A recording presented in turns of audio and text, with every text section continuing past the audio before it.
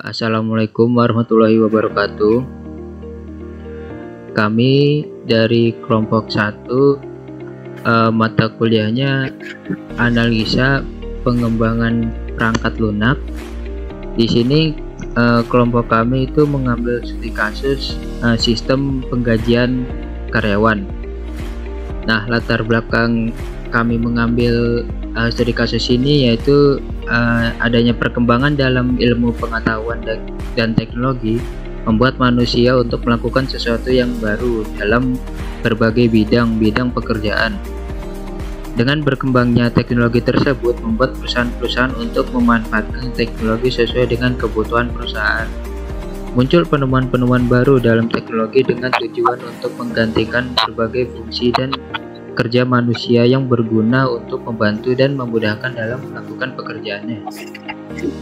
Gaji adalah pembayaran berupa uang yang diberikan kepada seseorang tenaga kerja sebagai imbalan atas usaha atau kerja yang telah dilakukan terhadap perusahaan. Perusahaan dalam memberikan gaji memiliki cara sistem yang berbeda-beda, di mana pemberian gaji yang diberikan perusahaan untuk tenaga kerja sesuai dengan tingkat golongan dan jabatannya. Hal ini dapat membuat suatu perusahaan mengalami kesulitan dalam melakukan perhitungan gaji terhadap tenaga kerjanya. Ini disebabkan karena banyaknya jumlah tenaga kerja dan waktu yang digunakan dalam menghitung gaji sangat singkat, biasanya dilakukan pada akhir bulan. Nah, selanjutnya kita akan langsung ke bagian flowchart. Baik, untuk flowchart di sini kita ada beberapa flowchart, ada dua, yaitu pertama flowchart admin dan yang kedua itu flowchart user. Kita akan bahas di flowchart admin dulu. Di sini pertama seperti biasa start dulu. Setelah itu nanti adminnya login, lalu admin itu akan dibawa ke beberapa menu. Yang pertama itu ada kelola data user, lalu kelola data bagian, kelola data karyawan, kelola data absensi dan kelola data lembur, kelola data pinjaman, kelola data penggajian dan yang terakhir itu kelola data laporan.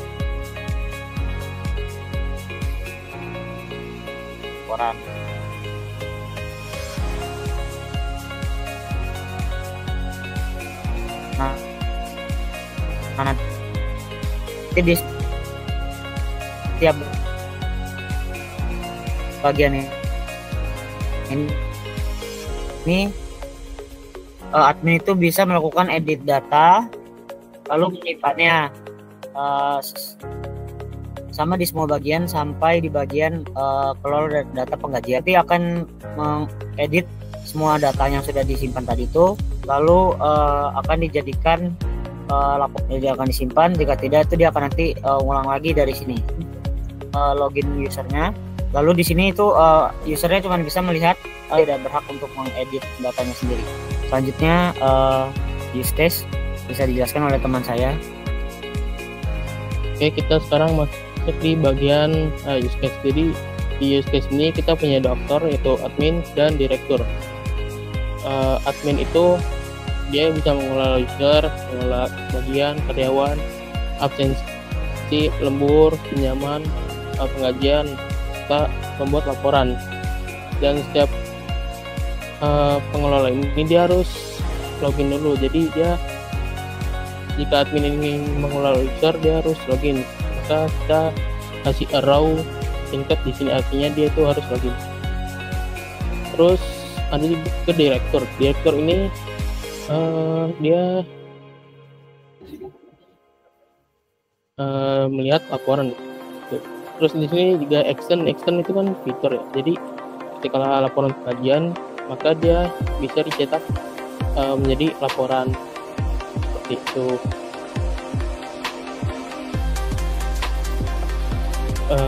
Selanjutnya kita masuk ke kelas diagram. Nah, di kelas diagram ini ada 1, 2, 3, 4, 5, 6, 7. Ada 7 tabel. Tabel pertama adalah tabel bagian. Tabel kedua ada karyawan, lalu pinjaman, lalu lembur, penggajian, absensi, serta user. Masing-masing table ini dia mempunyai metode yang berbeda, mempunyai metode yang sama, yaitu tambah, edit, simpan, dan hapus. Dan masing-masing table memiliki kode uniknya sendiri atau key-nya. Contohnya seperti ini. Di dalam table bagian dia punya key, yaitu kode bagian yang ditandai dengan tanda bintang atau asterisk. Dan masing-masing table ini berelasi satu sama lain. Contohnya tabel bagian ini. Tabel bagian ini berelasi dengan tabel karyawan. Tanda satu ini artinya satu ke banyak. Tanda asterisk ini adalah banyak. Contohnya seperti ini. Satu bagian bisa dimiliki oleh banyak karyawan. Ataupun sebaliknya, banyak karyawan bisa memiliki satu bagian. Dan kode bagian tadi yang di sini adalah key atau primary, kemudian di tabel karyawan dia berubah menjadi orange key yang ditandai dengan tanda bintang, 2 bintang, itu orange key. Seperti yang saya bilang tadi guys, masing-masing berelasi seperti karyawan ke peminjaman, lembur, penggajian, dan sebagainya. Selanjutnya kita ke sequence activity diagram yang akan dibawakan oleh teman saya. Baik, untuk bagian selanjutnya ada activity diagram. Di sini activity diagramnya itu dipecah lagi dari flowchart yang sudah dibuat. Yang pertama di sini ada activity diagram kelola data user. Jadi nanti pilih menu data user, lalu masuk ke form menu data user. Lalu di sini admin akan menambah user, edit data user, atau meng-delete data user. Setelah itu akan simpan data, lalu selesai. Lalu di sini ada activity diagram kelola data bagian. Di sini sama, masuk ke bagian menu data bagian, lalu masuk ke menu data menu data bagian.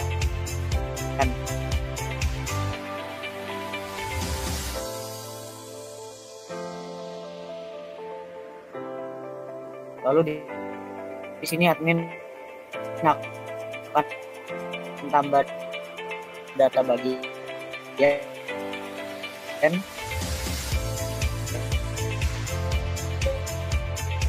di data bagian ataupun delete data bagian. Setelah itu akan disimpan. Lalu yang ketiga itu ada activity diagram kelola data karyawan. Di sini akan masuk ke menu data karyawan, lalu ke form menu data karyawan, pun delete data karyawan. Lalu yang keempat itu ada activity diagram kelola data absensi. Di sini juga bisa menambah data absensinya, mengedit data absensi, lalu mendelete data absensinya. Yang kelima ada activity diagram kelola data lembur. Di sini sama, masih bisa menambah data lembur, mengedit data lembur, dan mendelete data lembur. Yang keenam ada activity diagram kelola data pinjaman. Di sini admin masuk ke menu data pinjaman, lalu ke form menu data pinjaman. Lalu admin bisa menambah data pinjaman, edit data pinjaman, dan mendelete data pinjaman. Lalu yang ketujuh itu activity diagram kelola data penggajian. Lalu form menu data penggajian. Admin di sini bisa menambah data penggajian. Dan yang terakhir di sini ada activity diagram kelola data laporan. Lalu ke form menu data laporan. Di sini admin akan mengedit sebelumnya seperti data bagian, data karyawan, data absensi, data lembur, data pinjaman, dan data penggajian. Lalu di sini admin bisa mencetak laporan. Sekian dari activity diagram. Selanjutnya ke sequence diagram. Kita akan ke sequence diagram. Yang pertama itu ada sequence diagram untuk kelola data user. Di sini tuh yang mengurus yang mengelola data user itu admin. Jadi di sini pertama admin bisa melakukan tambah data user, lalu memilih data user, lalu diedit, lalu yang terakhir dipilih dan di delete. Jadi alurnya seperti ini. Misalkan admin ingin menambahkan data user, lalu admin akan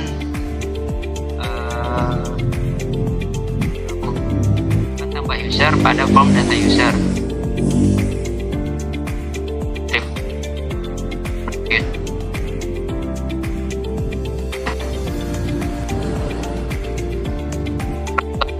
Terus kontrol data user itu akan menyimpan ke dalam database data.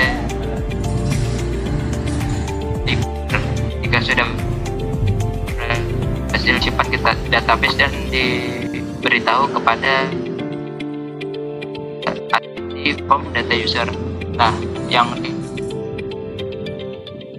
juga dari form data user itu admin melakukan edit data user. Nah, dari edit data user itu akan diteruskan ke kontrol data user. Dari kontrol data user itu akan menyimpan data user yang sudah diedit tadi ke dalam database data user.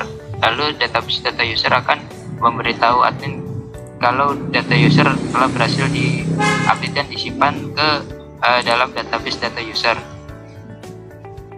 Yang terakhir yaitu delete user, sama seperti edit user tadi.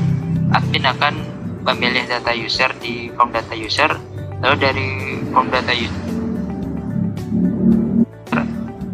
berita tersebut akan dilanjutkan ke kontrol data user. Nah, dari kontrol data user akan melakukan perubahan terhadap data yang tadi admin telah hapus pada database data user. Lalu database data user akan mengirimkan pemberitahuan kalau data yang telah di delete tadi itu sudah berhasil di delete dan mengupdate isi dari database data user tersebut. Kita akan ke kelola data bagian. Yang kelola data bagian tadi, yang kelola data bagian ini sama seperti kelola data user.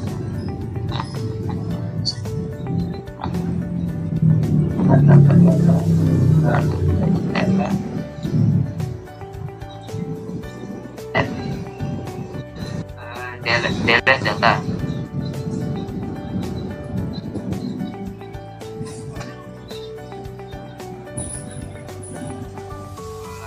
Jadi admin bisa melakukan tambah data, lalu ada edit data, dan juga delete data. Lalu selanjutnya itu ada kelola data absensi yang mengolah ini juga admin. Admin dapat melakukan tambah data, dan lalu selanjutnya itu kelola admin dapat edit data dan delete data. Jadi ini akan tambah data, delete data, jadi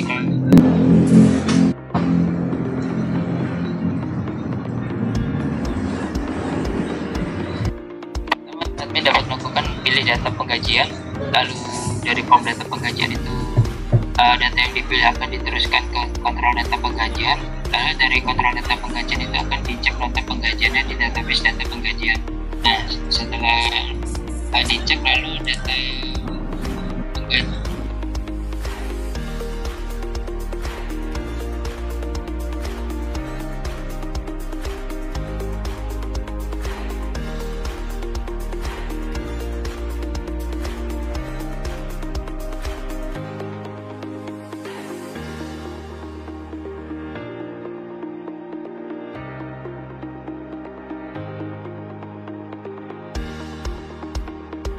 penggajian itu penggajian dari database itu akan dicetak dan diteruskan ke admin di form data penggajian. itu ada edit data penggajian ya. Pertama juga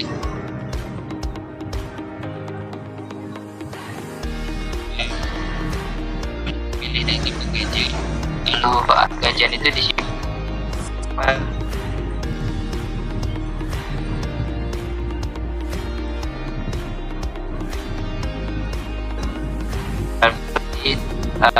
lalu diberitahu itu ada delete data, lalu perincian. Lalu dari delete data penggajian itu akan diteruskan ke kontrol data penggajian, lalu kontrol data penggajian akan menyimpan data yang sudah diubah tadi. Jadi yang di dalam database data penggajian itu akan disimpan melakukan update intinya, karena ada data penggajian yang sudah dihapus tadi.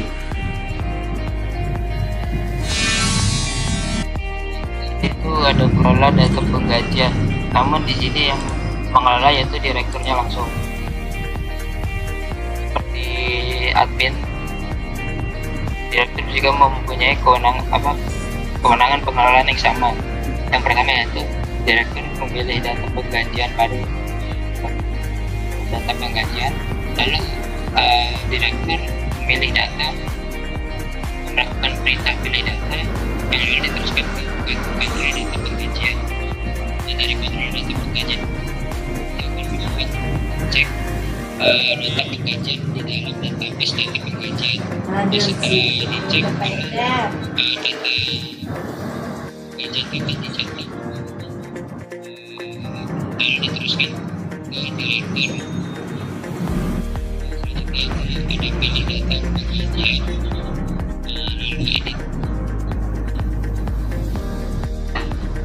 data penggajian,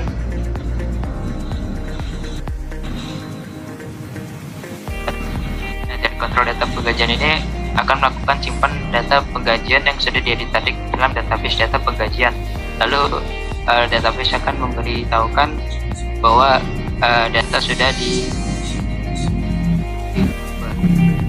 lalu yang terakhir itu ada delete data penggajian. Pertama juga direktur memilih data penggajian pada form data penggajian, lalu melakukan delete data penggajian, lalu perintah tersebut diteruskan ke kontrol data penggajian. Nah, dari kontrol data penggajian itu akan melakukan penghapusan data, lalu akan melakukan update data pada penggajian. Lalu database data penggajian akan memberitahukan bahwa data telah berhasil di-delete dan mengupdate isi dari database data penggajian kepada direktur. Ini ada kelola data laporan. Nah, di sini tuh yang mengelola admin. Jadi alurnya itu admin akan memilih data laporan, lalu perintah tersebut akan diteruskan ke kontrol data laporan. Dari form kontrol data laporan ini akan melakukan pengecekan laporan pada database data laporan. Nah, setelah berhasil dicek dan dikonfirmasi, database data laporan akan mencetak data laporan di form data laporan kepada admin. Itu kelola data laporan juga, namun di sini yang mengelola itu dari direkturnya. Nah, jadi pertama direktur itu akan melakukan pilih data pada data laporan, lalu direktur akan melakukan perintah pilih data, lalu diteruskan ke kontrol data laporan.